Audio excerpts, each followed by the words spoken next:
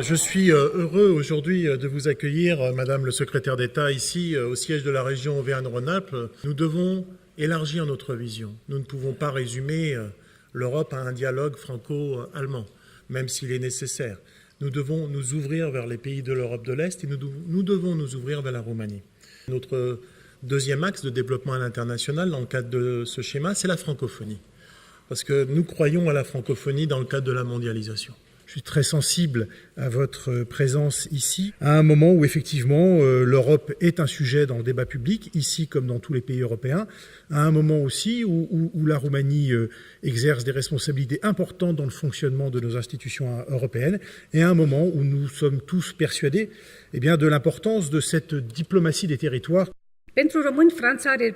Pour la Roumanie, la France a toujours été un modèle de développement et une source d'inspiration. Nous avons fait des progrès considérables en Roumanie concernant la réforme des institutions publiques. Il est important que la décentralisation, le processus de décentralisation continue, elle doit se réaliser sous toutes ses formes patrimoniales, décisionnelles et financières. C'est la seule modalité d'assurer des services de qualité pour les citoyens.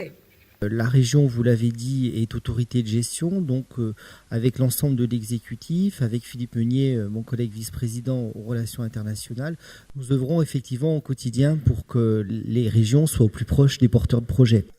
Tout ne peut pas être fait par les collectivités territoriales, mais beaucoup peut être initié, conforté, soutenu par des autorités territoriales qui sont engagées dans des relations très très fortes de confiance. Et c'est le cas entre Brest et Constanța. La collectivité n'est qu'un maillon de chaîne dans un réseau global.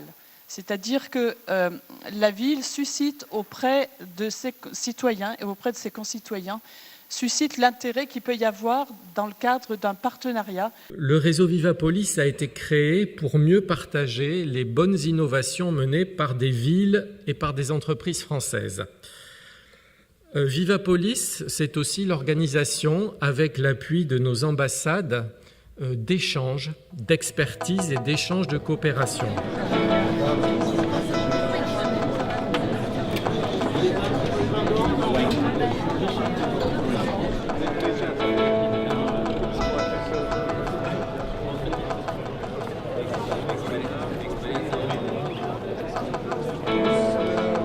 C'est par la défense du patrimoine que notre histoire avec la Roumanie a commencé, grâce à nos fondateurs qui se sont mobilisés à Bruxelles lorsque la dictature de l'époque voulait détruire tous les villages de Roumanie en faisant table rase des coutumes et des traditions. C'est là que 3000 villages ont été adoptés par des communes occidentales dans un merveilleux élan de solidarité. Nous n'avons pas fait exception à la règle d'avoir démarré le jumelage et la coopération avec la Roumanie en des temps où l'humanitaire était de mise. Mais nous aurions souhaité que nous allions vers une coopération et vers une politique de projet plutôt qu'une politique de don. Donc ce qui me paraît être un obstacle, en tous les cas, à l'efficacité d'un partenariat, c'est cette limite de réciprocité où les choses se font plutôt à sens unique. Pour nous, c'était important, que ce soit en France ou en Roumanie, que cette saison puisse irriguer l'ensemble des deux territoires. De fait, en France, la saison a traversé plus de 90 villes, parfois avec une étape d'un soir, parfois avec des programmes qui ont duré plusieurs mois ou qui durent encore, et dans 13 régions. C'est évident que pour le grand public, la partie la plus visible, c'est la partie liée aux arts et à la culture. Mais il y a aussi des rencontres comme celle-ci. L'importance de ces relations territoriales ne peut pas être exagérée. Elle a un rôle essentiel dans le futur de relations franco-roumaines.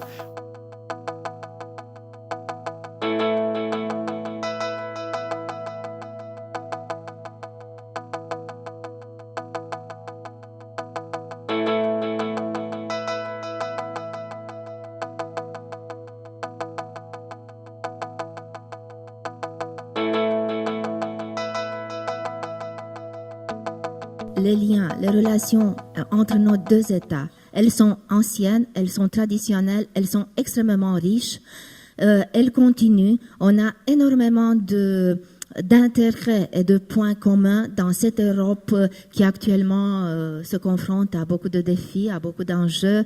Moi, je suis très optimiste parce que, tout d'abord, nos relations décentralisées s'inscrivent dans un contexte qui est extrêmement positif. Et je pense aussi aux associations d'élus qui ont un rôle particulièrement important à jouer, je pense, parce que cela permet de fédérer les demandes et les idées.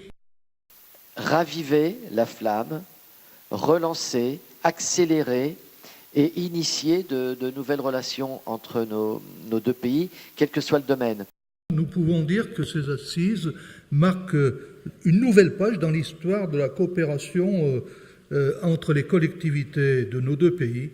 L'Europe est à un tournant, c'est vrai.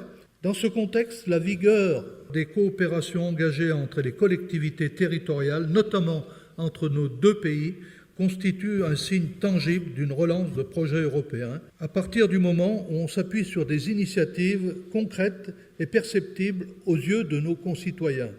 Donc je vous invite vraiment tous, responsables locaux roumains, comme d'ailleurs nous-mêmes responsables de collectivités territoriales françaises, de travailler sur ce développement économique entre nos territoires. C'est extrêmement important. Et je pense que c'est à travers ce développement de nos économies que nous allons pouvoir continuer à avoir cet enrichissement mutuel en développant nos activités culturelles.